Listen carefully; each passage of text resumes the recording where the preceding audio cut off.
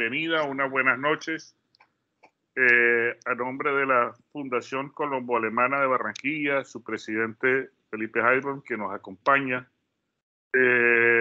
y con la coparticipación de la Reserva Naval de Colombia, que se asocia con la Fundación en este tipo de conferencias como parte del ciclo de análisis de la historia relativa o relacionada con el bicentenario de la Armada Nacional.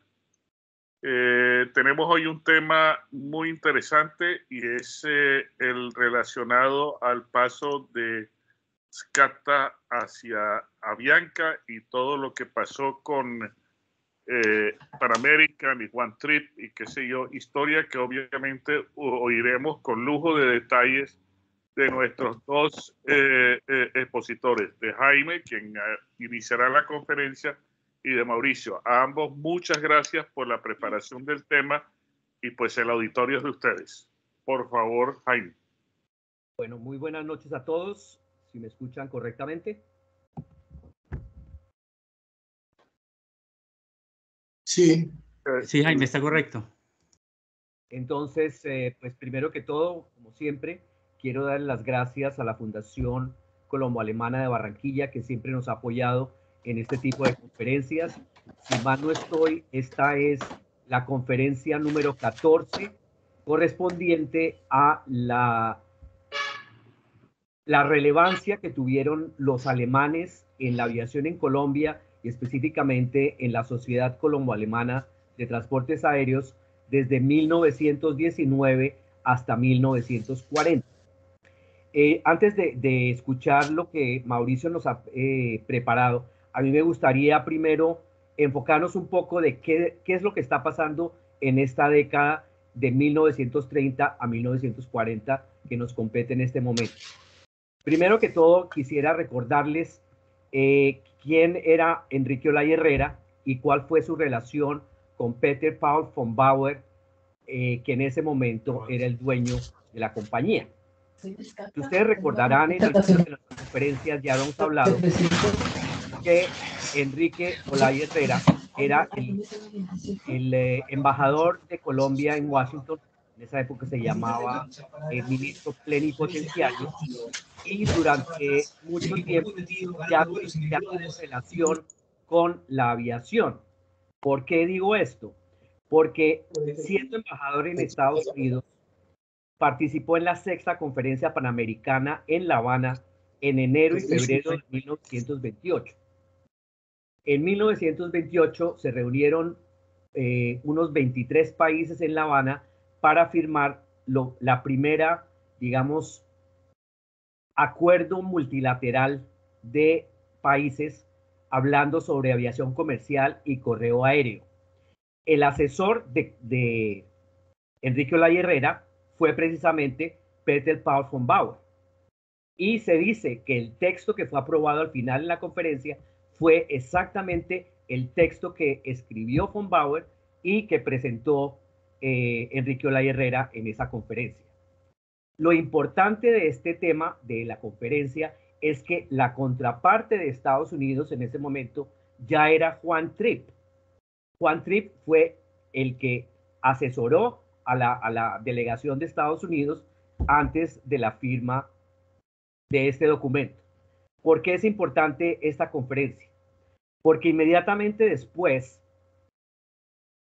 Enrique Olaya Herrera y el Departamento de Estado de Estados Unidos firmaron el primer acuerdo de servicio aéreo entre Colombia y Estados Unidos en 1929. Entonces, obviamente que ya se conocía plenamente en Estados Unidos cuáles eran las aspiraciones de von Bauer en el viaje fallido que se había hecho en el año 25 de conseguir todo el tema de los contratos del correo aéreo. Sin embargo, en el acuerdo ya se habla de designación de aerolíneas, se habla de rutas y se habla de posibles operadores entre Colombia y Estados Unidos. Se dice también que el acuerdo, como se escribió en Estados Unidos, en el Ministerio o en el Departamento de Estado, lo escribió el mismo Juan Tripp, que ya tenía en la mente cómo iba a ser el desarrollo de la aviación comercial desde Estados Unidos hacia el sur. Para él, el sur era la zona del canal, que era básicamente territorio norteamericano, todas las islas del Caribe y lo que era Centroamérica, y obviamente Colombia, que ya se perfilaba como un potencial para la aviación comercial. Posterior al acuerdo del servicio aéreo firmado en el año 29 entre Colombia y Estados Unidos, inmediatamente la Panagra, Pan American Grace Airways, subsidiaria de Pan American, recibió autorización por parte del gobierno de Colombia, bajo resolución 166 del año 29, el permiso para que Panagra entrara a Colombia por ruta del Pacífico. Paralelo a eso se firmó un convenio para que Pan American pudiera entrar desde Panamá a Barranquilla. Ahí es cuando empieza el tema de la venta de las acciones de SCATA a Pan American. También en algún momento nosotros les hemos comentado que aquí en la Universidad de Miami están todos los archivos de Pan American desde su fundación hasta que terminó en los años 80. Con Mauricio hemos encontrado cantidades de documentos en donde se habla precisamente el tema de SCATA, que es el tema que vamos a tratar hoy con mucho detalle. Resulta que en las minutas de la Junta Directiva de Pan American, específicamente la del 27 de febrero de 1930, o sea, un año después de que entraba la Pan American a Barranquilla y Panagra a Buenaventura, ya se empieza a hablar de que Pan American le va a comprar las acciones a von Bauer. El 31 de marzo de 1930, en la Junta Directiva, ya se desglosa cuántas acciones se van a comprar y cuánto vale. Entonces dice así: acciones de SCATA en manos del señor von Bauer, 12.000. Acciones en manos de los empleados de SCATA, 2.500. Y acciones en poder del público, 2.384. ¿Esto qué quiere decir? Que ya en marzo de 1930, Pan American le compró no solamente a von Bauer, sino al resto de funcionarios de SCATA y al público en general, un total de 16.884 acciones por un valor de $445.289. ¿Esto qué quiere decir? Que esta venta de acciones no se hizo en secreto. No fue un pacto de caballeros, fue una venta comercial registrada en los Estados Unidos como cualquier otra venta, y es diferente a lo que nos han dicho los libros que hemos leído siempre, y específicamente el libro de Herbert Boyd, donde habla de un pacto de caballeros entre los dos para la venta de acciones por debajo de la mesa y de forma secreta, cuando en realidad lo que hemos encontrado es que la venta se hizo totalmente sobre la mesa y que no se hizo en secreto. Además, recuerden que en ese momento ya Enrique Olaya Herrera, que ya conocía a von Bauer, que ya conocía a Juan Tripp, se convirtió en presidente de Colombia en agosto de 1930. O sea que en todo ese periodo de tiempo, pues nosotros no creemos que haya sido un secreto la venta de las acciones.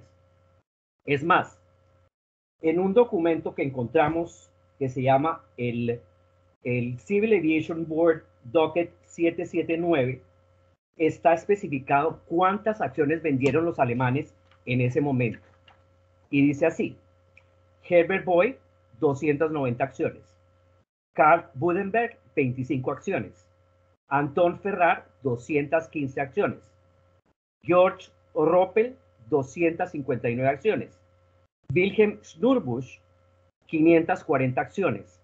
Albert Tietjen, 1.171 acciones. Y para terminar, Peter von Bauer, 12.000 acciones. O sea que todas esas personas que trabajaban en Avianca vendieron sus acciones también a Pan American. No solamente fue von Bauer, sino un grupo grande de personas le vendieron las acciones a Pan American para que Pan American a su vez les prestara dinero. Toda esa transacción se hizo a nombre de el Aviation Corporation of the Americas, que era la casa matriz en ese momento de Pan American Airways en Nueva York y de Panagra en América Latina. Desde ese momento, ya el Aviation Corporation of the Americas tenía 3 aerolíneas: Pan American, Panagra y SCATA. Lo que sí podemos hablar de un posible pacto de caballeros fue lo que se derivó de este convenio de la venta de acciones.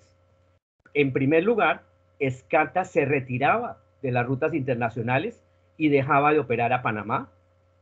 Y por otro lado, se llegó a un acuerdo para que SCATA empezara a comprar aviones norteamericanos en vez de seguir comprando aviones alemanes.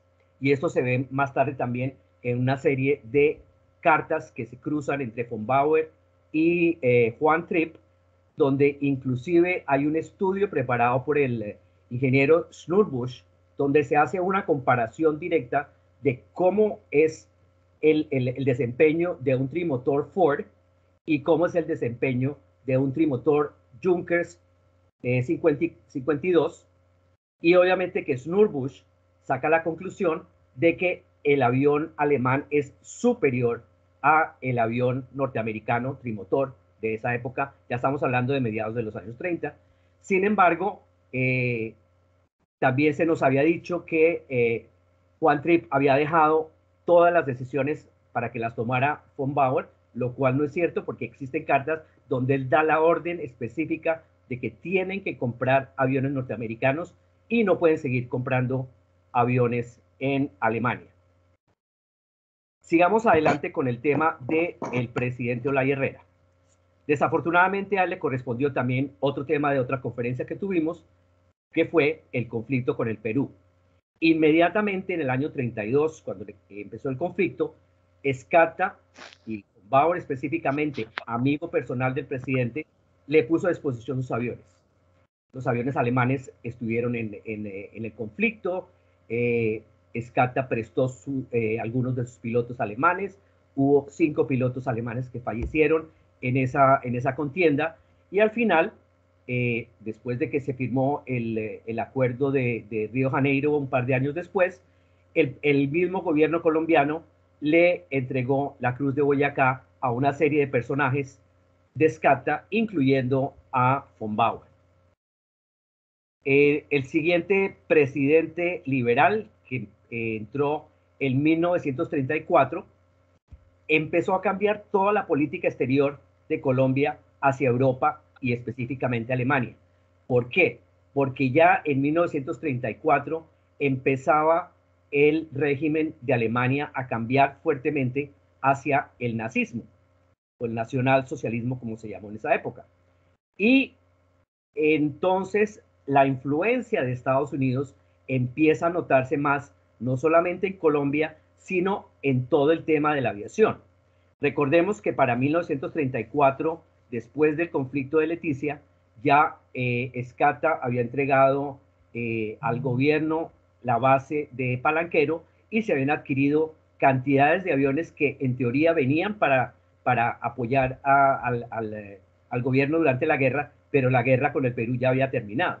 Sin embargo, sí llegaron aviones alemanes en esa época, pero paralelo a eso llegaron escuadrillas de aviones norteamericanos para lo que se llamó la Fuerza Aérea Colombiana. En ese momento se llamó la Fuerza Aérea Nacional y posteriormente la Fuerza Aérea Colombiana. Entonces ya también empezó la influencia de Estados Unidos en Colombia sobre la aviación. Entonces ya tenemos esas comparaciones de el gobierno colombiano para sí comprando aviones alemanes, pero también ya comprando aviones norteamericanos, y la SCATA, que en el acuerdo firmado con la venta de las acciones empezaba también a cambiar su equipo de aviones alemanes a aviones norteamericanos. Fue cuando llegaron el Sikorsky 38, que venían precisamente de Pan American, era el mismo avión que utilizaba Pan American. Después llegaron los famosos trimotor Ford, también venían de Pan American.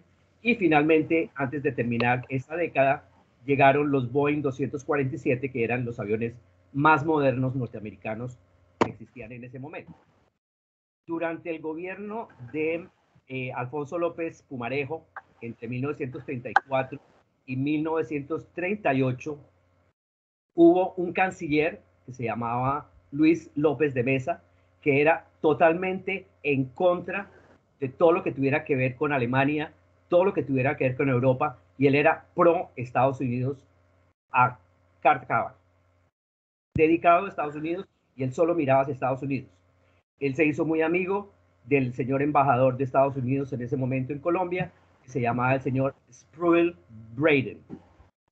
Este señor se dedicó a hacer una campaña de desprestigio supremamente grande en contra de Scarta y de los pilotos alemanes.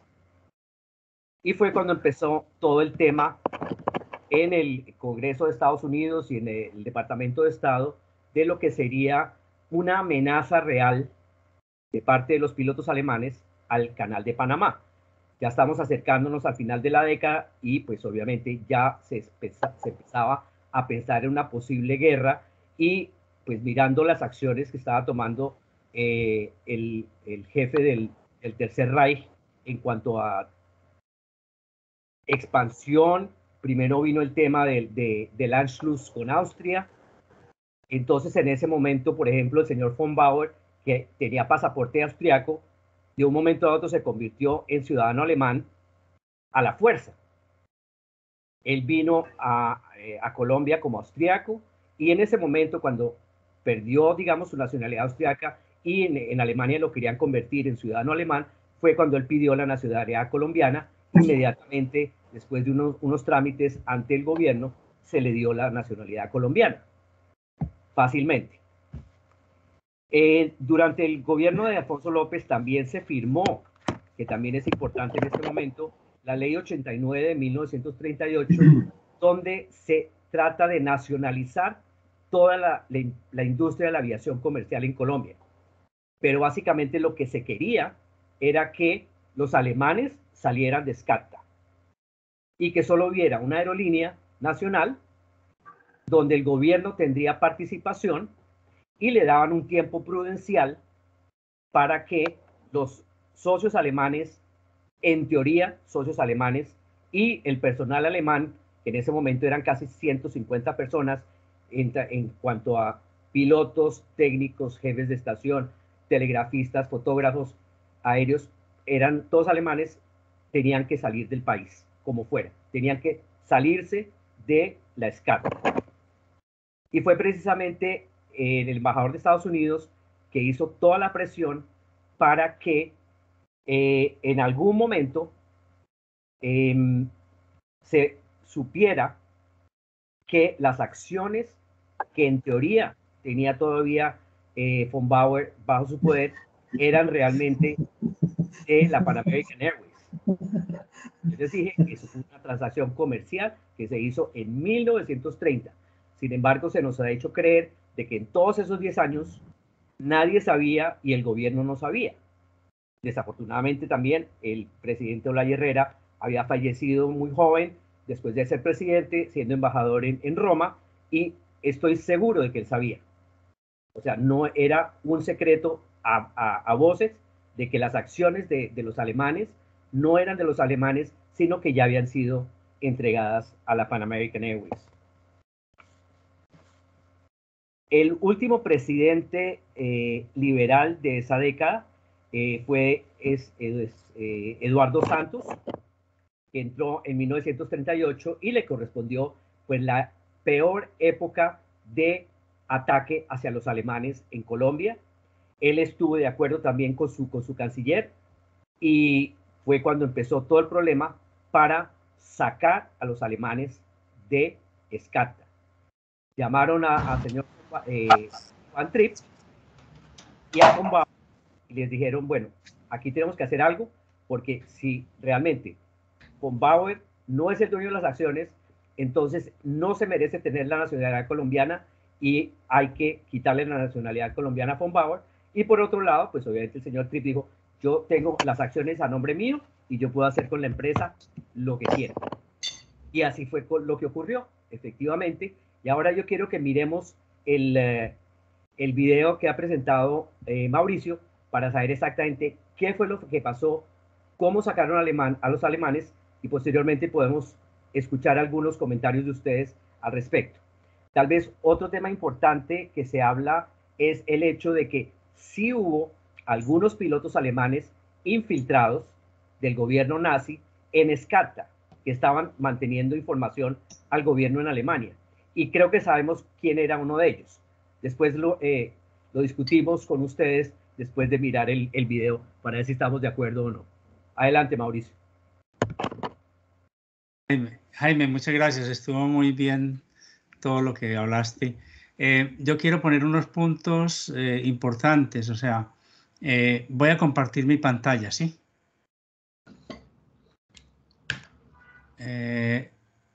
Voy a coger aquí el video. Sí. Aquí hablamos de este. Enseguida, antes de correr el video, voy a explicar algo que es importante y es este video es una es un documento original de los que se pasaron entre una universidad norteamericana, Armour, para hacer una historia de Pan American. El documento tiene algunos errores en fechas, tratamos de corregirlos. Vamos, la fecha de toma de separación de los alemanes de la SCATA dice ahí del 12 de junio, pero fue exactamente el 11, como nos lo dice también la carta de uno de los pilotos que fue retirado, que es el papá del capitán Willy, sí, o sea, Franz Series. En la carta está fechada 11 de junio de 1940 y así en todos los documentos está esa fecha. Es un documento que es muy preparado, muy norteamericano, o sea, trae algunas cosas que son, se van a notar en el video, la forma de tratar ciertos temas, pero es importante por lo que vamos a ver en él. Así que lo voy a compartir primero, después de que veamos el video, vamos a discutir algunos puntos y voy a ver si se nos escucha bien el video. Voy a iniciarlo. ¿Sí está compartido o no? Sí, sí se ve. Bueno. ¿Y se escucha la música o no? Sí, perfecto. Sí, señor. Bueno, gracias.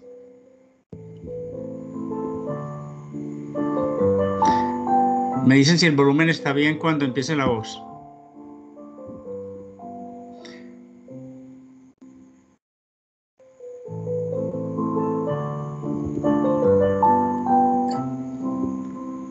El de la derecha es Juan Tripp. En junio de 1940 el mundo vivía el recrudecimiento de las acciones militares de la Segunda Guerra Mundial. A comienzos de mayo de 1940 los alemanes habían invadido Holanda, Bélgica y Luxemburgo y marchaba hacia la capital de Francia, París. Los titulares de la prensa se referían a la gran amenaza nazi en Sudamérica. Para junio 4 de 1940 ya aparecían los grandes titulares del bombardeo nazi sobre la ciudad de París. El 7 de junio de 1940 en la edición del diario El Tiempo, se publica un editorial sobre la quinta columna, subtitulado "Los alemanes de Sudamérica impresionan a los Estados Unidos", refiriéndose a la probabilidad de un ataque alemán sobre el continente americano. En esa misma edición, se refieren a la llegada el día siguiente, viernes 8 de junio, del Boeing 307 Piper de la Pan American Airways a Bogotá. La edición del sábado 8 de junio de 1940 se encabeza con la Batalla de Francia, y en la página tercera una gran nota sobre la llegada ese día del Boeing 307 Piper estratosférico a Bogotá a las 12 del mediodía. Subtitulaba: "En vuelo directo desde Cristóbal, zona del Canal, llegará a Bogotá la gran nave aérea de la Pan American, desde las 3 estará a la vista del público". La edición del domingo 9 de junio de 1940 con gran titular se refieren al terreno ganado por los nazis y la resistencia francesa. A la derecha bajo el mapa de la guerra aparece el siguiente titular: "Desde ayer comenzó a funcionar la nueva empresa aérea Avianca". Encontramos también la propaganda sobre los nuevos Douglas DC-3 que se incorporarán próximamente a la nueva empresa Avianca. La edición del 12 de junio de 1940 en primera página el titular. Todo el personal alemán fue separado ayer de la Avianca, 80 empleados entre personal técnico y de administración, fuera de la compañía. $500,000 en indemnización. Los nuevos pilotos. A continuación nos referiremos al documento enviado el 13 de marzo de 1973 desde la oficina de M.R. Leslie al Dr. W. P. Newton del Departamento de Historia de la Universidad de Auburn. Documento en que se narra de una forma detallada la preparación de la toma por parte del personal de la Pan American Airways de las instalaciones y equipos de la SCATA, Sociedad Colombo-Alemana de Transportes Aéreos, en junio de 1940 y de la creación de Avianca. Desgermanización de SCATA y formación de Avianca. Las condiciones en la Sociedad Colombo-Alemana de Transportes Aéreos, SCATA, fueron bastante normales desde 1935 hasta 1938. Sin embargo, en 1938, Juan Tripp, presidente de la Pan American Airways, informó al Departamento de Estado de que Peter Paul von Bauer, presidente de SCATA, parecía estar presionado por Berlín para recuperar las acciones en poder de Pan American. El Consejo de Administración instó a Juan Tripp a asumir la dirección directa de las operaciones de la SCATA. Peter Paul von Bauer había llamado a Juan Tripp a Nueva York para decirle que iba a nacionalizarse colombiano porque su ciudadanía austriaca se estaba convirtiendo contra su voluntad en una ciudadanía alemana, que él no aceptaría. Por lo tanto, le propuso volver a comprar sus acciones de SCATA. Como cuestión puramente comercial, Juan Tripp se mostró favorable y obtuvo el consentimiento de su consejo de administración para vender a su discreción. Sin embargo, por otros motivos, Juan Tripp estaba justificadamente preocupado porque Peter Paul von Bauer parecía estar presionado por el gobierno de Berlín. Además, aumentaban las presiones del Departamento de Estado norteamericano para sacar a los alemanes de la SCATA. Un miembro de la Dirección de Aeronáutica Civil, Grant Mason, testificó en febrero de 1939 ante un comité del Senado que la SCATA era una amenaza para el Canal de Panamá. Este testimonio fue reseñado muy desfavorablemente en la prensa colombiana. Tras el estallido de la guerra en Europa, en septiembre de 1939, los oficiales más influyentes de los Estados Unidos se pusieron cada vez más nerviosos por la presencia de estos pilotos alemanes tan cerca del Canal de Panamá. Especialmente el embajador de Estados Unidos, Spruill Braden, exigió que Pan American Airways sacara a los alemanes de Colombia. En 1938, el gobierno colombiano de Alfonso López había aprobado una ley que exigía que el 51% de la propiedad de las empresas de aviación que operaban en Colombia fuesen de nacionales privados o gubernamentales. Esto era un arma de doble filo porque, si bien servía de base para establecer una nueva aerolínea de bandera colombiana, Avianca, Aerovías Nacionales de Colombia, también prometía atenuar la influencia de Pan American en la compañía. Esto arrojaría algunas dudas sobre si Pan American sería capaz de prescindir de los funcionarios alemanes en SCATA. Como resultado de la intervención del Departamento de Estado norteamericano, se ideó una solución de compromiso para la primavera de 1940 por la que Pan American Airways conservaba el control financiero, pero se daba al gobierno colombiano una opción de compra del 40% de las acciones, con un 20% adicional reservado a ciudadanos colombianos. Avianca se creó el 8 de junio de 1940.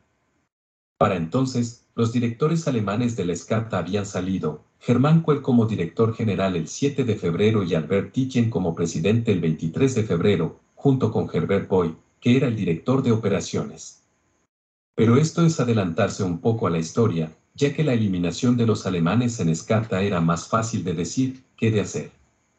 Había que tener en cuenta la opinión pública y la prensa nacional. Un cambio brusco podría interrumpir los servicios de la SCATA durante semanas y también podría llevarla a la quiebra.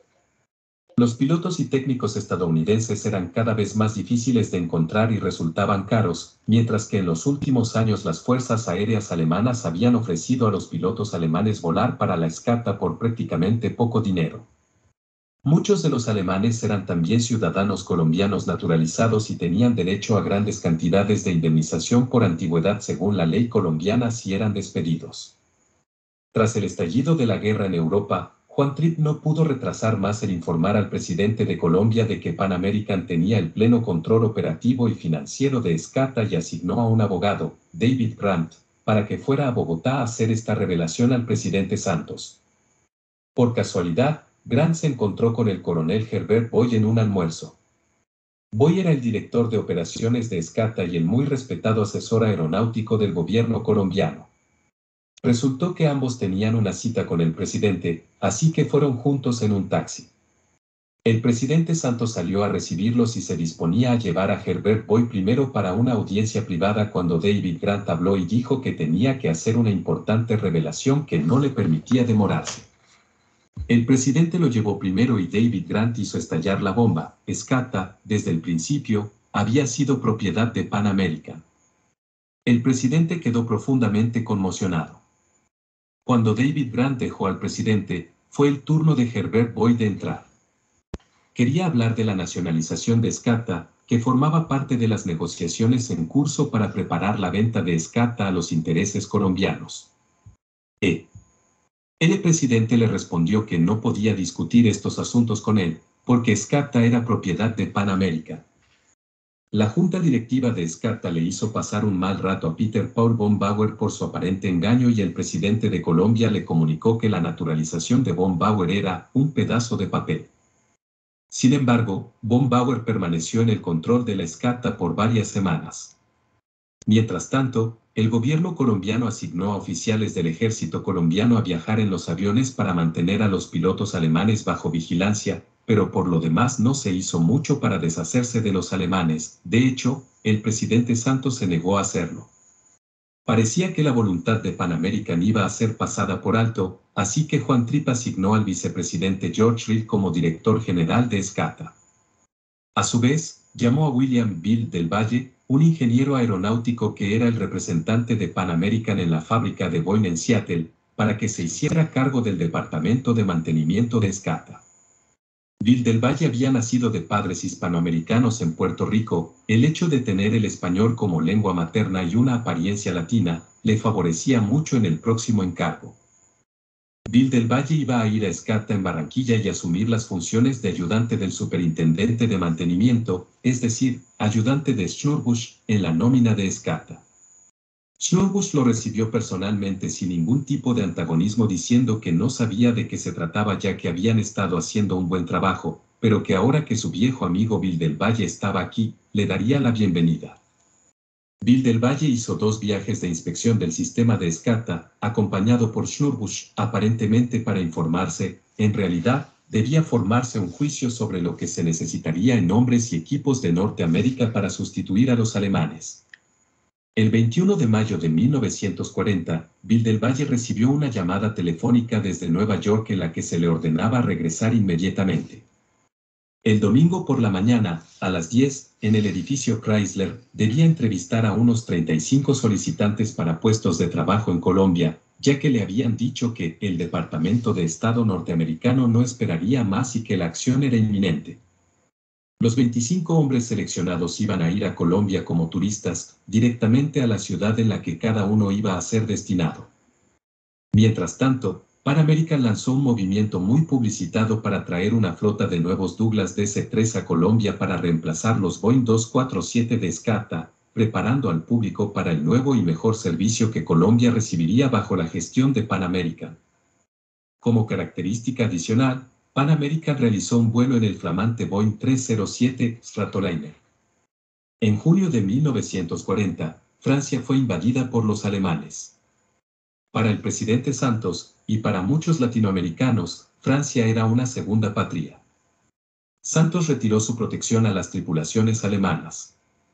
A las 2 de la tarde del 11 de junio de 1940, en el Hotel del Prado, en Barranquilla, el vicepresidente George Reed anunció que se iba a dar el paso y que los alemanes serían dados de baja a las 5 de la tarde de ese mismo día.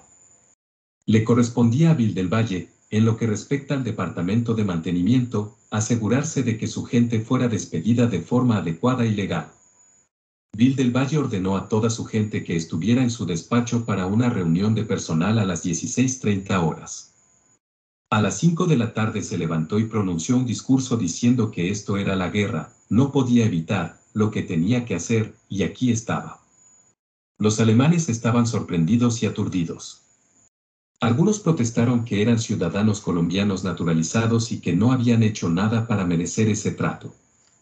Pero el lugar fue rodeado por la policía militar y a los alemanes no se les permitió volver a sus lugares de trabajo, sino que tuvieron que abandonar las instalaciones de Escata en ese mismo momento. A los empleados despedidos se les pagó la mitad del valor de sus contratos restantes, además de la indemnización legal por despido, y se les ofreció transporte gratuito a Alemania o a cualquier otra parte del mundo que los aceptara. A la mañana siguiente, Escata comenzó a operar con directivos y tripulaciones estadounidenses y próximamente con aviones Douglas DC-3. Los servicios esenciales de Escata nunca se interrumpieron. En retrospectiva, los fundadores, los pioneros y el personal superior de Escata eran fuertemente alemanes, pero no de una clase propensa a comulgar con las doctrinas nazis, sino todo lo contrario. Sin embargo, el partido nazi aparentemente penetró en la comunidad alemana en Bogotá y se dice que el verdadero poder en la embajada era un representante del partido nazi que se sentaba en una habitación al fondo. En 1937, además, los nazis habían empezado a infiltrarse en el grupo de pilotos de Escata. La compañía siempre había encontrado sus pilotos en Alemania, la mayoría de ellos graduados de la Escuela de Pilotos de Transporte del gobierno alemán. Habían sido jóvenes muy seleccionados, de buena familia y educación. Entonces empezaron a llegar a Colombia las primeras clases de pilotos seleccionados y adoctrinados por los nazis. En opinión de los más veteranos eran desagradables. Ellos querían tener voz en la dirección, desarrollaron antipatías personales por los individuos de la dirección, atacaron a Peter von Bauer por ser judío. Mientras tanto, el coronel Herbert Boy, coronel de la Fuerza Aérea Alemana, lo mismo que de la colombiana, había sido convocado a Berlín para cumplir con sus obligaciones del servicio militar. Se salvó por poco de ser enviado a unas maniobras de servicio activo con la Luftwaffe, alegando sus obligaciones con la Fuerza Aérea Colombiana. Entonces se le ordenó que se pusiera en contacto con Peter Paul von Bauer en su castillo de Austria y le dijera que el Ministerio del Aire alemán quería adquirir algunas acciones de Escata. Herbert Boy volvió con el mensaje de que von Bauer no estaba en condiciones de cumplir. La primera reacción del gobierno fue que no se permitiría a von Bauer volver a salir del país. Unos días después de Múnich, Peter Paul von Bauer fue a ver a los funcionarios del Ministerio del Aire alemán que le solicitaron algunas de las acciones. Les explicó que no había forma de adquirir ninguna de ellas. Todas estaban pignoradas como garantía de un préstamo. Pensando que había dejado al funcionario del ministerio bastante satisfecho, pero que, al subir su informe a los superiores, podrían volver a llamarlo para un severo interrogatorio. Por lo tanto, en lugar de regresar a su castillo austriaco, tomó inmediatamente el tren hacia París y antes de la medianoche estaba al otro lado de la frontera. Fue entonces cuando von Bauer fue a Nueva York para encontrarse con Juan Trippe y proponerle la readquisición de sus acciones. Durante un año después de la desafortunada revelación, Peter Paul von Bauer vivió en Barranquilla, siendo objeto de virulentas críticas por parte de los alemanes en esta ciudad y en Berlín, y de los colombianos. Entonces decidió irse a Chile para pasar la guerra en un mejor ambiente. Él, su esposa y su hija fueron a Bogotá para hacer sus trámites de despedida y luego se embarcaron en el vapor de Gris Line desde Buenaventura a Chile. Las autoridades colombianas hicieron 5 intentos diferentes para privar a Peter Paul von Bauer de su ciudadanía y de sus acciones de Avianca, todos infructuosos. Al final, los tribunales colombianos le absolvieron de todos los cargos y, un par de años después de la guerra, el gobierno estadounidense desbloqueó sus fondos en Estados Unidos. Von Bauer nunca regresó a Colombia a vivir, prefiriendo el verano austriaco la mitad del año y el chileno la otra mitad. No está claro si Juan Trippe y Peter Paul von Bauer eran rivales, colegas incómodos, socios por una vez, amigos o enemigos. Lo que sí es seguro, es que poseían muchas de las mismas cualidades de encanto personal, visión, determinación y liderazgo.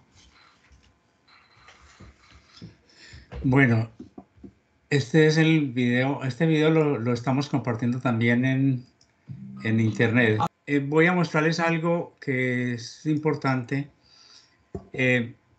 La idea de que los alemanes con los colombianos iban a atacar el canal de Panamá no era muy reciente. Aquí tenemos un documento o sea, en un periódico de 1917, donde se hablaba de que los alemanes, en la alianza con la República de Colombia, pensaban destruir el canal de Panamá.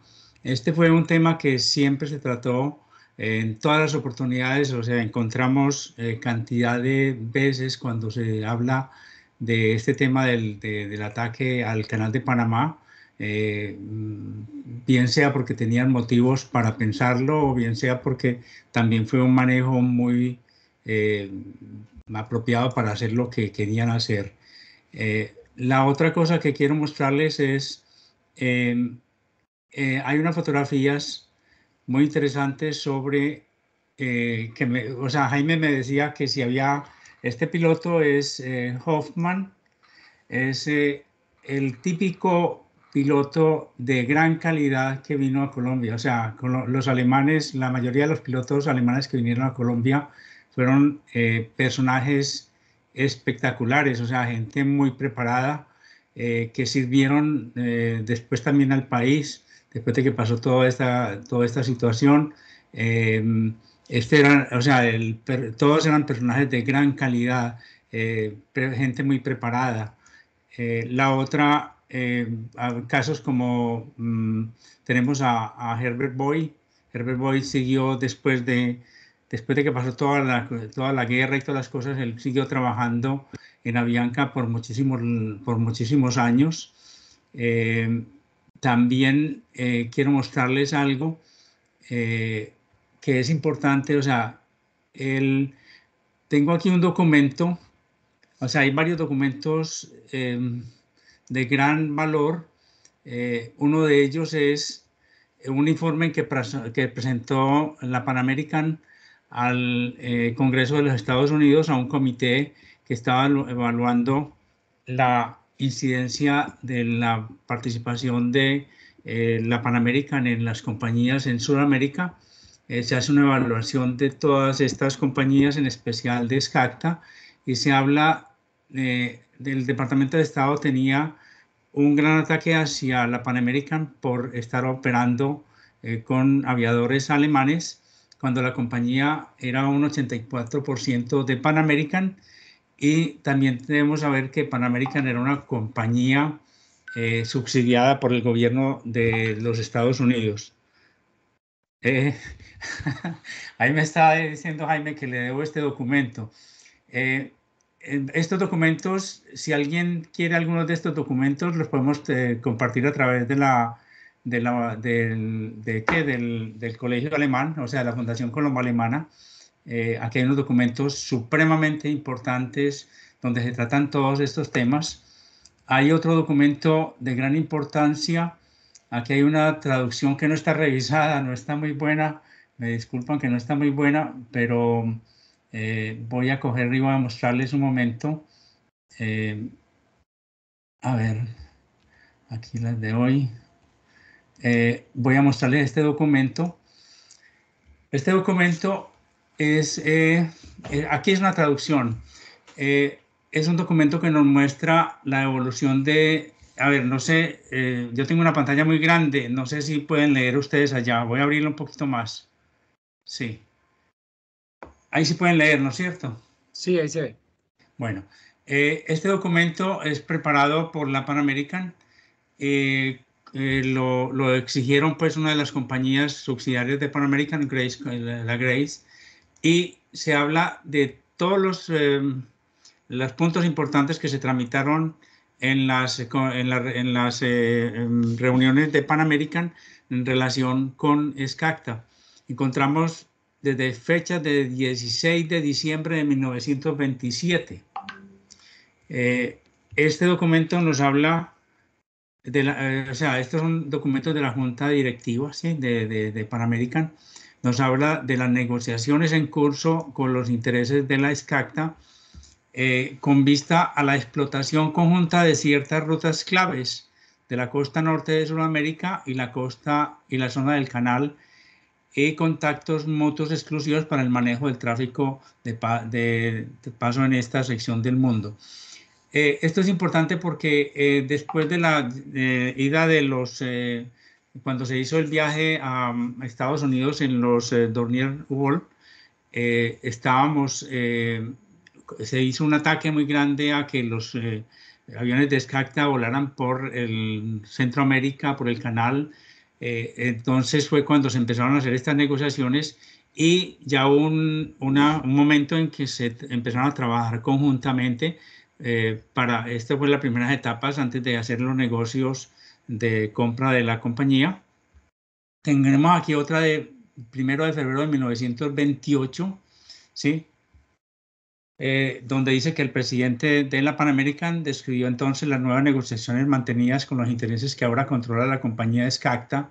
O sea, estas cosas se hicieron en La Habana, en las que aprobaron en general, pero el apoyo del Departamento de Estado con el apoyo del Departamento de Estado de los Estados Unidos, ¿sí? Estaba el desarrollo conjunto de una línea aérea de conexión entre Turbo, Colombia y Colón, zona del canal, ¿sí? Aquí vemos la entrada de lo que fue la UNCA, ¿sí? Sabemos que la UNCA, hablamos de don Gonzalo Mejía, hablamos de don Gonzalo Mejía, pero Gonzalo Mejía era también, por un lado, socio de SCACTA, y por otro lado era empleado de SCACTA en Estados Unidos. Entonces aquí vemos que todo esto fue plenamente organizado y calculado, o sea, si nos hablaba de otra compañía, de otra cosa, pero era la misma, ¿sí? De la explotación conjunta de la aviación comercial en Venezuela, también vemos que con los Dornier World se creó una ruta hacia Venezuela. Lo que pasa es que después se creó otra empresa en Venezuela, ¿sí? Aquí tenemos otra acta. No, voy a pasar estas por alto, son del año 35, del 12 de septiembre de 1900, me estoy saltando muy rápido, pero voy a mostrarles atrás. 12 de septiembre de 1939, el señor de Tripp informó a la reunión sobre las precauciones de emergencia de guerra que habían sido instituidas por el presidente de Colombia y que afectaban a la aviación civil. Jaime nos refirió, vamos, de los tratados que se hicieron para poner que las compañías aéreas extranjeras no pudieran tener más del 51%, pues, o sea, que el 51% de las compañías de aviación en Colombia tenían que ser en manos de nacionales.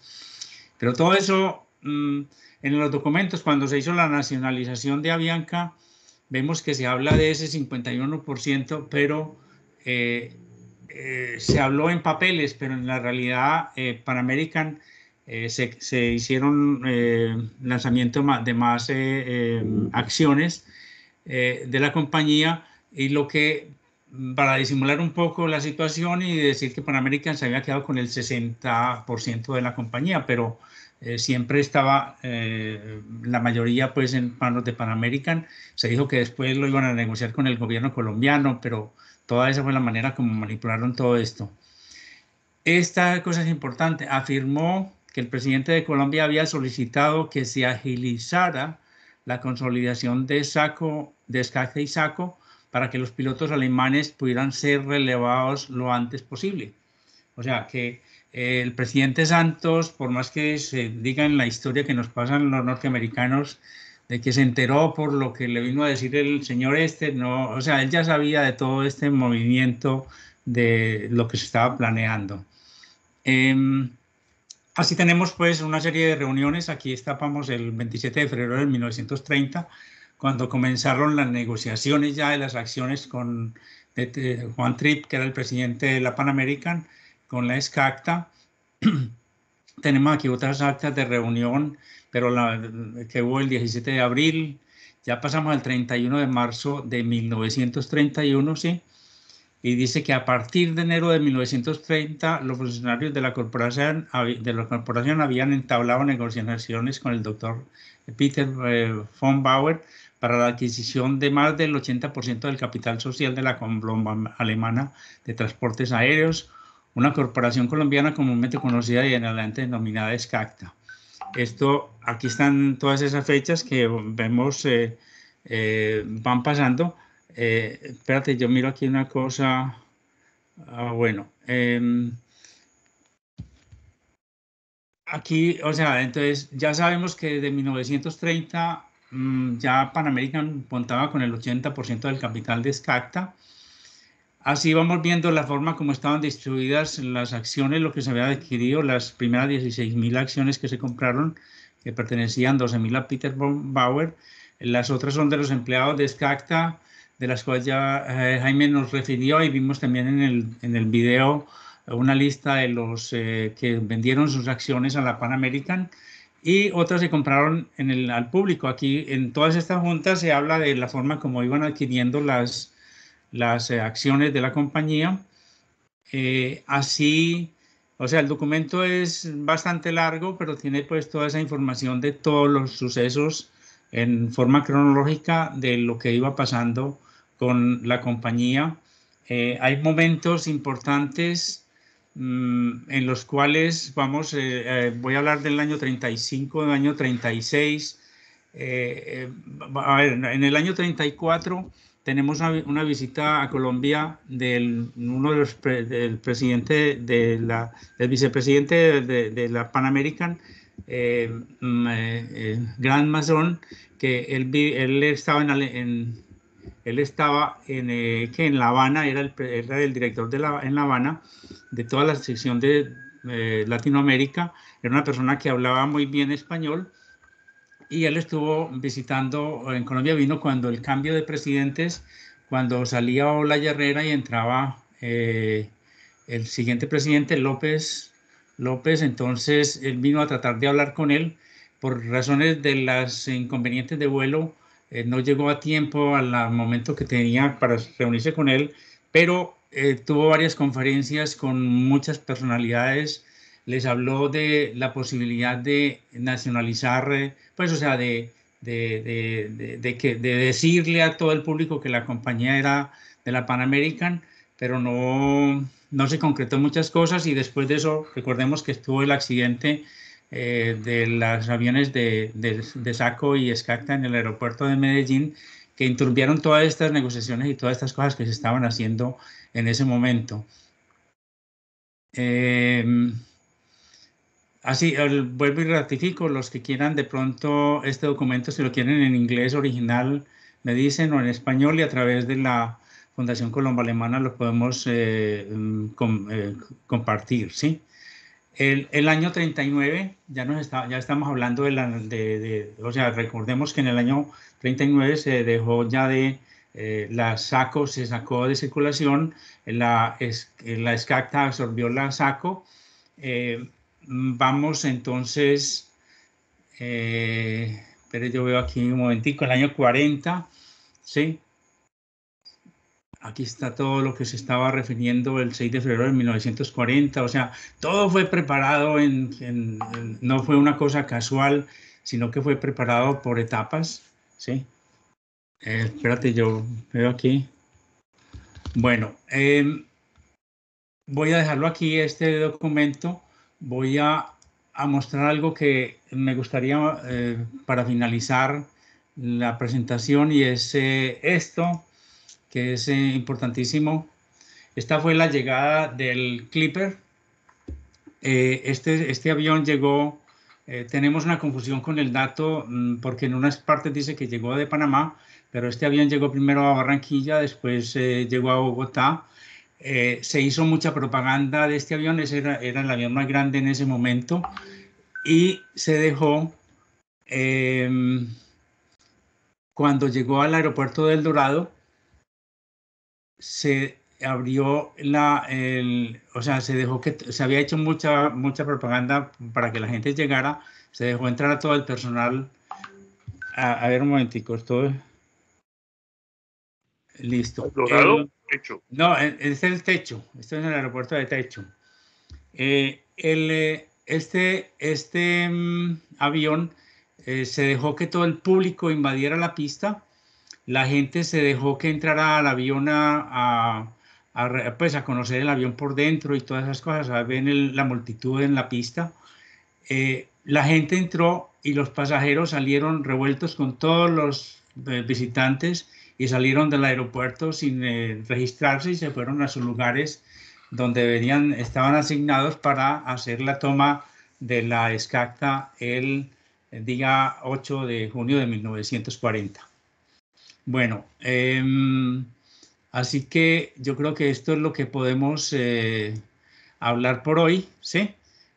Si ya podemos pasar, Carlos va a moderar las preguntas. Afirmativo. Bueno.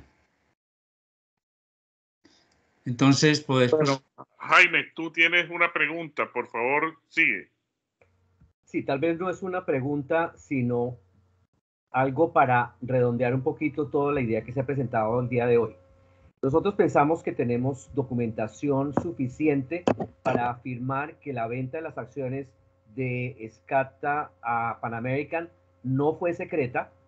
Mucha gente tuvo que haber sabido y desafortunadamente siempre se nos dijo que había sido un pacto de caballeros entre el señor von Bauer y el señor Juan Tripp, pero después de toda esta cantidad de documentos que hemos encontrado, pues tenemos muy claro de que no fue bajo la mesa, todo se hizo sobre la mesa y que no pudo ser secreto y que mucha gente tuvo que haber sabido que esto iba a pasar. También sabemos que al final, cuando llegaron los pilotos de Pan American en ese avión, en el Douglas, en el Boeing 307, ya estaba todo cuadrado para que el día que salieran los pilotos alemanes, al día siguiente ya los pilotos norteamericanos estaban en sus bases y, como se dice en el video, nunca hubo una suspensión de servicio y al mismo día siguiente los pasajeros fueron atendidos ya por personal de Pan American y personal de vuelo de norteamericanos en los mismos Boeing 247 y en los mismos trimotor Ford que ya venían operando en ese entonces. A un mes adelante llegaron los dos primeros DC-3, que eran revolucionarios en esa época también, y venían transferidos de la Pan American, efectivamente. Tal vez, Mauricio, debes cerrar tu pantalla para dejar una sola pantalla. Sí. No, sí, no, está bien. Quería decirles de que muchos de estos documentos, hace muchos años con el explorador de bibliotecas, Álvaro Mendoza Arango, estuvimos en la biblioteca de la Universidad de Miami y apenas estaban clasificando mucho de esta documentación.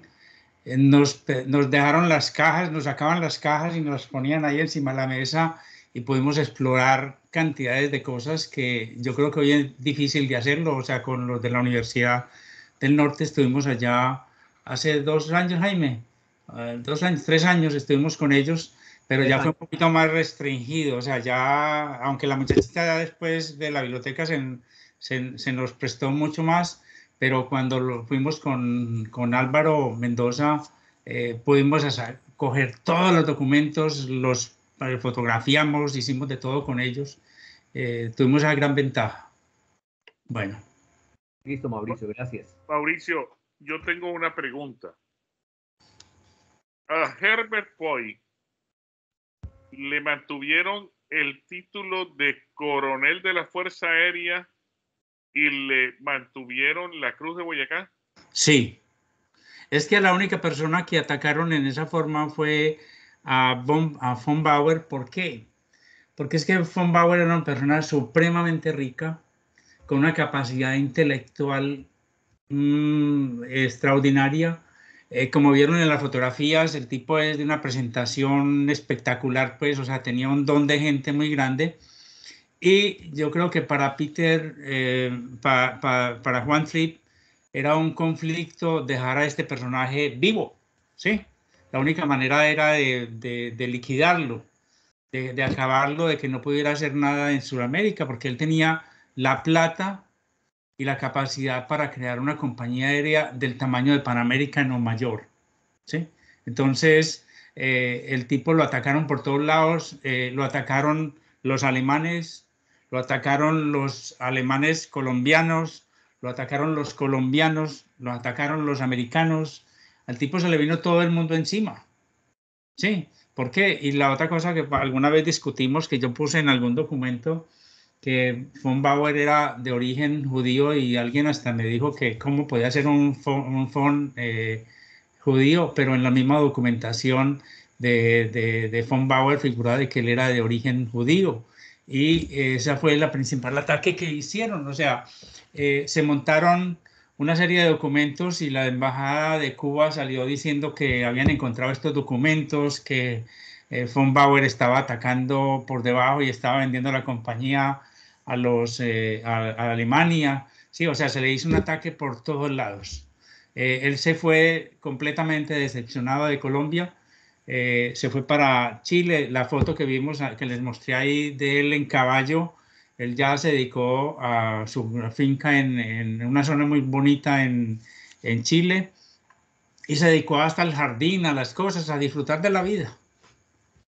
Eduardo Patiño Guerrero, tiene la mano arriba, puede hacer uso del micrófono. Buenas noches. Bueno, en primer lugar, pues felicitar al doctor Mauricio Umaña por su intervención. Y bueno, yo tengo un par de preguntas. Dentro del revisionismo histórico que están haciendo ustedes, muy interesante, que se rompió con ese mito que las conversaciones eran secretas. La primera pregunta que tengo es ¿por qué ese interés del gobierno nacional de fusionar Avianca y Saco? No sé si el mito del accidente del avión de Saco con Escata, perdón, Avianca no, Escata y Saco, si el mito del accidente de Medellín, donde iba el avión de Saco, piloteado por Ernesto Samper Mendoza, eso llevó si fue una de las causas para que el gobierno nacional de ese entonces buscara la fusión, por un lado.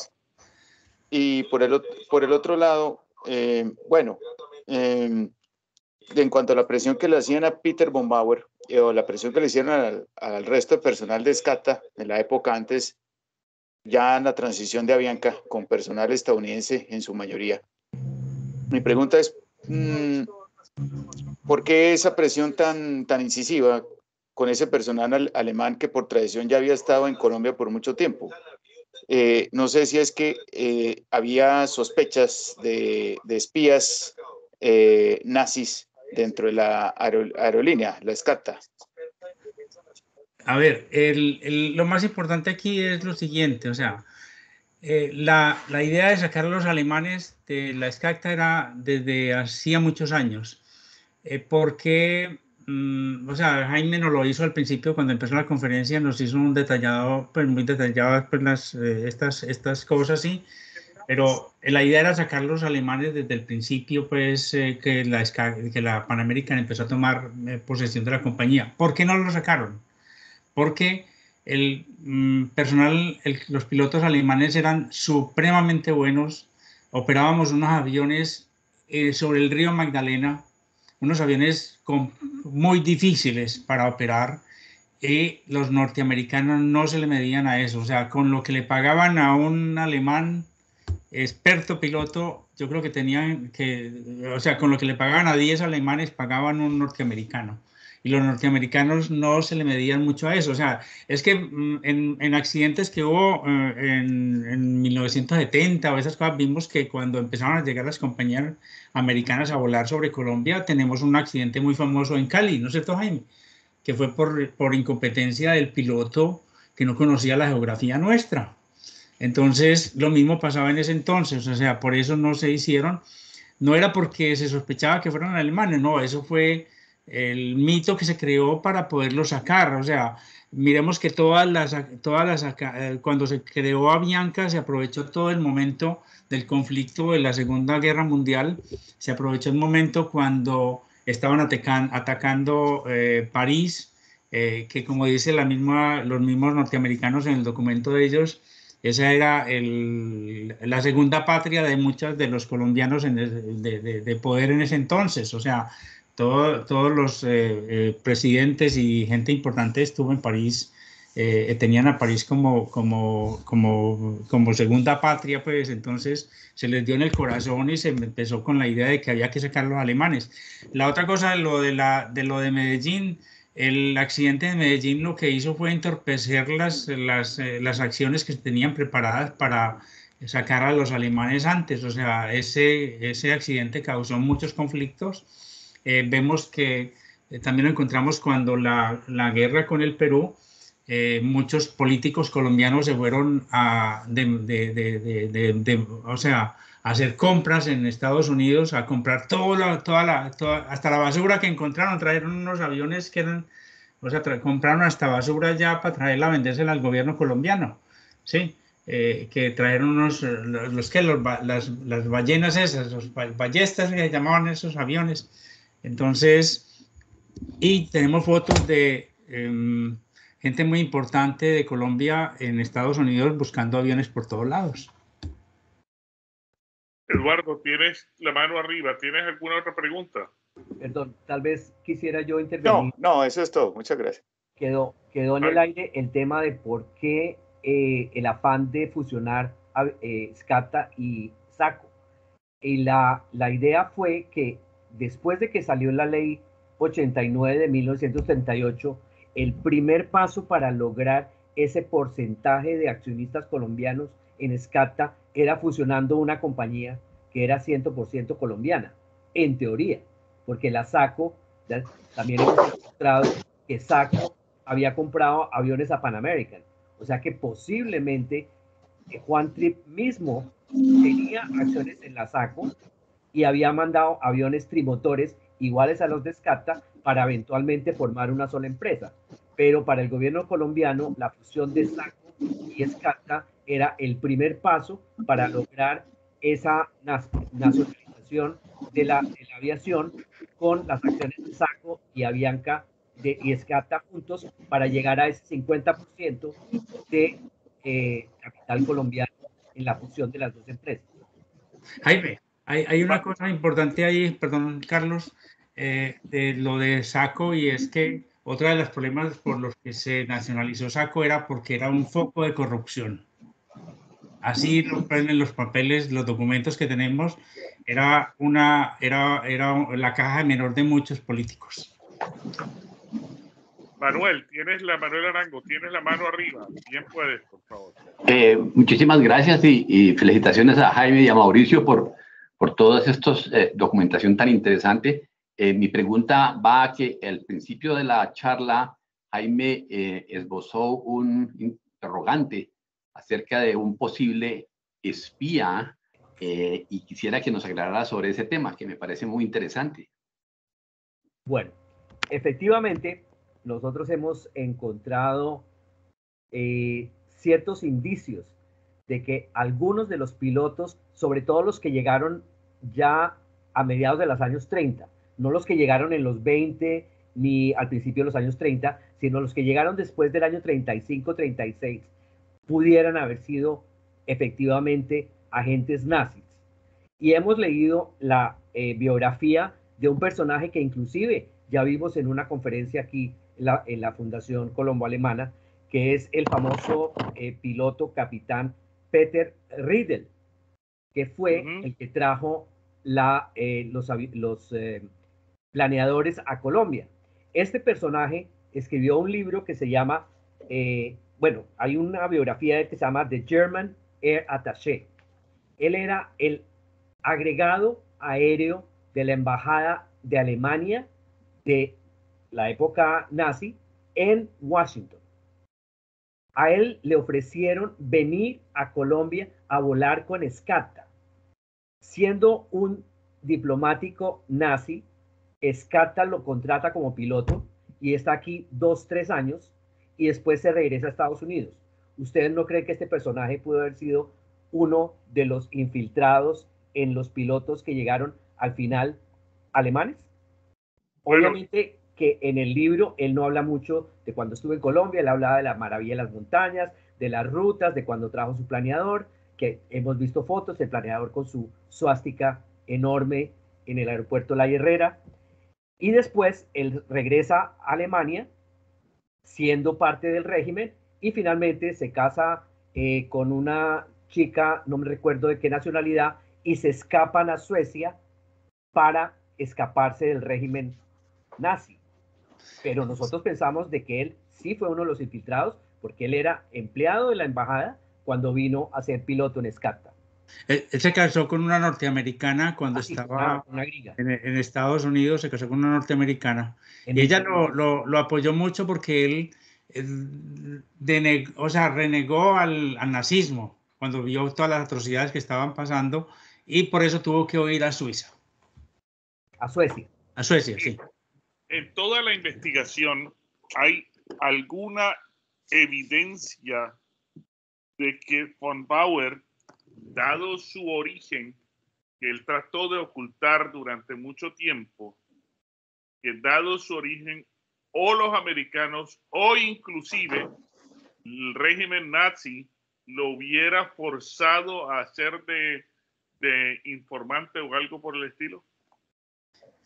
O sea, yo creo que von Bauer fue una persona muy inteligente para hacer las cosas. A él lo trataron de forzar en ese sentido, o sea, él se entrevistó con los jefes grandes nazis que lo hicieron presentarse, pero él no se consideraba, él se consideraba austriaco y él no se consideraba nazi. Eso es una de las cosas que... ¿Cómo? Él nunca aceptó la nacionalidad alemana. Nunca aceptó la nacionalidad alemana, o sea, él se consideraba austriaco. Él era una persona que tenía mucho dinero, o sea, yo no creo que él, o sea, él lo trataron de forzar y eso es de las cosas que vemos en los documentos de cómo él tuvo que escaparse de Alemania. Él tuvo que salir escapado de Alemania, o sea, cuando fue y presentó los papeles allá para que le estaban exigiendo para que vendiera parte de las acciones de él a los alemanes, él les dijo, les mostró los documentos, le dijo, no puedo, es que las acciones no son mías, las acciones son de Pan American. Entonces, él pensó que había, hasta lo mismo lo dice el documento, pensó que había salido un poquito bien de la reunión y de ahí inmediatamente salió, cogió y se fue a Francia y de ahí se vino para Colombia. Manuel, tienes la mano arriba, bien puede hacer uso de la palabra.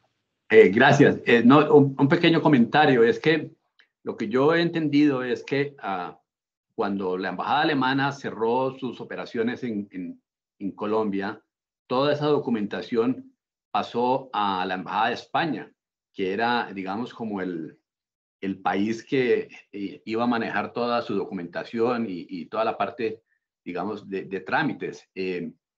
Y dentro de esa documentación encontraron una carta en la cual inculpaban a von Bauer como espía o agente nazi en Colombia.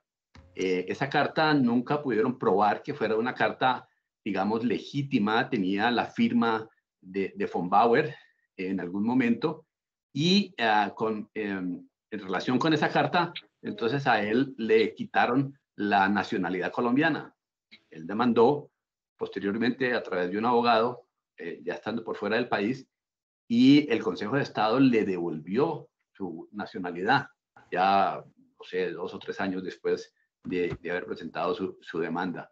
El hecho es que lo que se dice es que esa carta la habían dejado a propósito para inculparlo y vengarse de él porque no quiso colaborar con el régimen nazi. Eso es lo que yo tengo entendido. No sé si estaré equivocado. No, así es correcto, Manuel.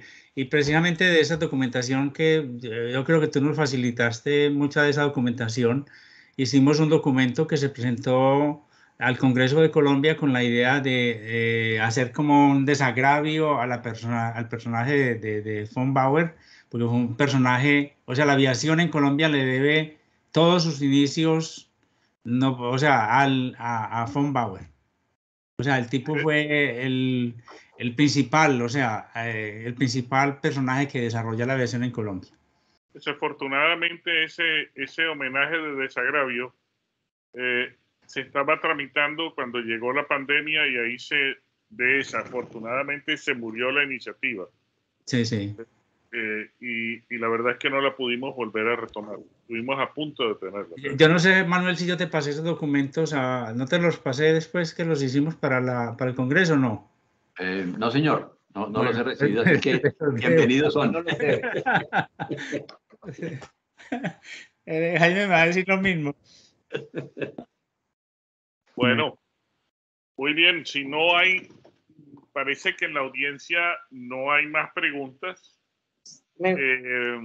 Siendo así, perdón, Luis Aparicio, por favor, puede hacer uso de la palabra, por supuesto. Yo también. Buenas noches, buenas noches. No, escuchándolos y de pronto haciendo acopio de lo poquito que sé del origen de la aviación en Colombia, llego a la conclusión de que la cercanía, o sea, el tener el canal de Panamá fue algo que a la costa y a Barranquilla en particular lo marcó mucho. En 1903, el presidente Theodore Roosevelt, con la política del Gran Garrote, interviene y hace y logra que Colombia no tenga ese canal de Panamá, que lo tengan los americanos, porque era de una importancia geoestratégica fundamental. En 1919 nace una aerolínea por iniciativa alemana en Barranquilla y ellos seguramente que a mediados de los 20 empiezan a ver con preocupación que esta aerolínea crece, que crece con unos pilotos y con un rigor científico y con una seriedad de una potencia europea que ya la veían seguramente producto de su belicosidad en la Primera Guerra Mundial como algo potencial en el patio de los Estados Unidos y en el jardín del Canal de Panamá, que era de una importancia grande para ellos. Entonces, siempre tuvo que los Estados Unidos haberle puesto una lupa muy grande y un seguimiento muy grande a los movimientos de escata que en algún momento llegó a volar de Recife, Brasil, hasta Key West, haciendo vuelos de cabotaje y teniendo ya una importancia, o sea, y teniendo un equipo de fotografía aérea que de gran precisión, que podía hacer un levantamiento de refinerías, del canal de Panamá, de puertos, de infraestructura, y esa información científica podía en algún momento servirle a Tercer Reich para hacer un ataque donde le dolía a los Estados Unidos o a sus compañías regadas en esta zona de influencia. Entonces realmente yo veo que no solamente en el 39, cuando ya el partido nazi declara la guerra y toma el poder y todo, sino que mucho antes ellos fueron tratando de quitarle peso económico a estos alemanes y negociar la compra de acciones por un lado, el tema de la propaganda para el desprestigio de nazificar todo alemán que estuviera en Colombia, haciendo cerveza, produciendo información científica con SCATA o haciendo cualquier tipo de cosas, lo endemoniaron, digámoslo así, para con la ayuda de la opinión pública y del gobierno y de todo, finalmente sacarlos del juego. Eso fue lo que pasó y lamentablemente por eso pues el amigo von Bauer no recibió todos los honores que pudo haber recibido en su momento, pero el canal de Panamá a nosotros nos afectó mucho, atrajo mucho la atención de los Estados Unidos y metió mucho los ojos en la costa, sobre todo por esa importancia de ser el jardín de un estado de ellos, porque Panamá prácticamente era un estado de ellos muy importante. Miriam, tienes la mano arriba, bien puedes hacer la pregunta. Ay, gracias. No, yo quería pues hacer unas aclaraciones, pequeñas aclaraciones. Primero, con relación a Peter Paul von Bauer, efectivamente a él se comprobó que todas esas acusaciones fueron basados en documentos apócrifos. O sea, a él le falsificaron la firma en una carta donde decía que él era fiel a los nazis, a Alemania y etcétera, y se falsificaron un documento. Y con base en eso fue que se le hicieron las acusaciones que se le hicieron. Finalmente, en una sentencia de la corte, o sea, se reconoció que había sido un error. O sea, que se habían basado en documentos apócrifos. Con relación a las acciones de Peter Paul von Bauer, de la negociación, pues yo tengo aquí copias de las actas de las asambleas del 27, donde todavía pues aparece von Bauer y el hermano como socios, y bueno, una serie tengo aquí inclusive la las cuotas accionarias de cada socio. Tengo otra del 27, donde ya von Bauer, ya no aparece el hermano de von Bauer, sino aparece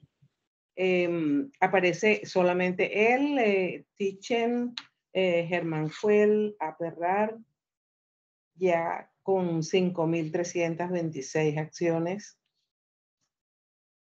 Rodríguez, bueno, el Guillermo Schnurbusch, todos los demás socios.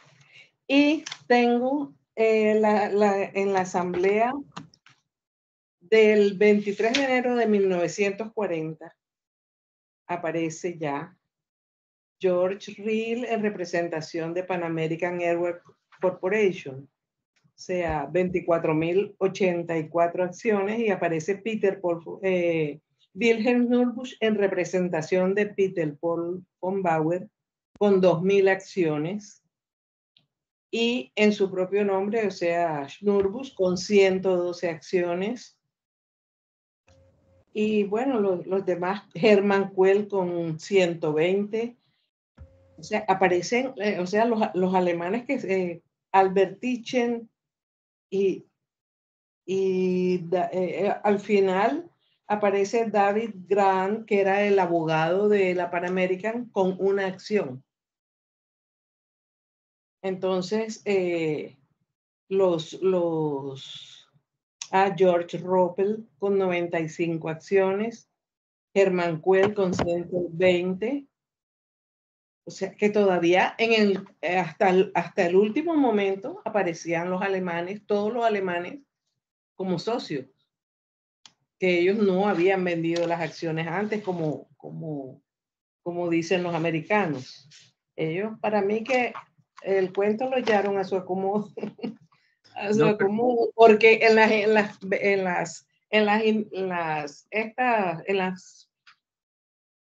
pues se dice que en las primeras asambleas eran las acciones de Pan American a nombre del portador. Entonces... No, o sea, Miriam, sí, es verdad. O sea, las acciones aparecían, o sea, se negociaron al portador, así eran las acciones, sí. Así se negociaron, pero los documentos que estamos hablando son documentos que son de la Junta Directiva de la Pan American, o sea, yo no creo que, pues, o sea, no son documentos donde aparecen las acciones que le compraron a algunos de ellos. No quiere decir que ellos hubieran vendido todas sus acciones. Bueno, estas son las actas de las asambleas de aquí. Sí, por eso, pero los documentos que sacamos son de las asambleas de la Pan American. La otra cosa que quiero aclarar también es de que parte de las ventas que hizo von Bauer de sus acciones se las pagaron con acciones de Pan American, o sea, él era socio de Pan American también. Entonces, en el documento que le estoy refiriendo están cómo se fueron adquiriendo todas esas acciones a lo largo del tiempo.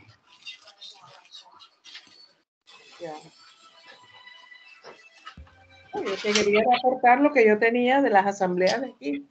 Sí, no, perfecto, Miriam, muchísimas gracias. Desafortunadamente, la mayoría de esa documentación, de las actas de las asambleas,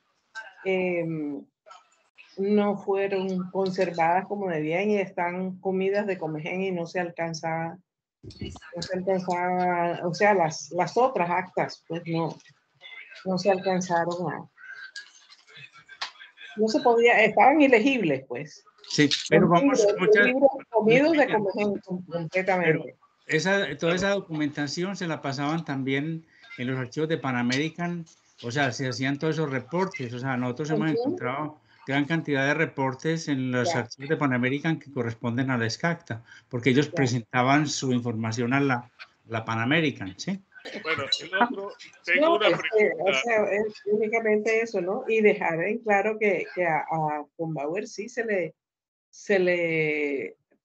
comprobó que él era inocente de todas las acusaciones. Sí, pero nunca le restituyeron sus derechos, Miriam. Sí, se los restituyeron. Sí, a A él le devolvieron su nacionalidad. Sí se lo restituyeron. Después se lo restituyeron. Claro que él nunca volvió aquí a Colombia ni quiso saber más nada de él. Yo tengo el completo la documentación. No le restituyeron la orden de Boyacá, Miriam.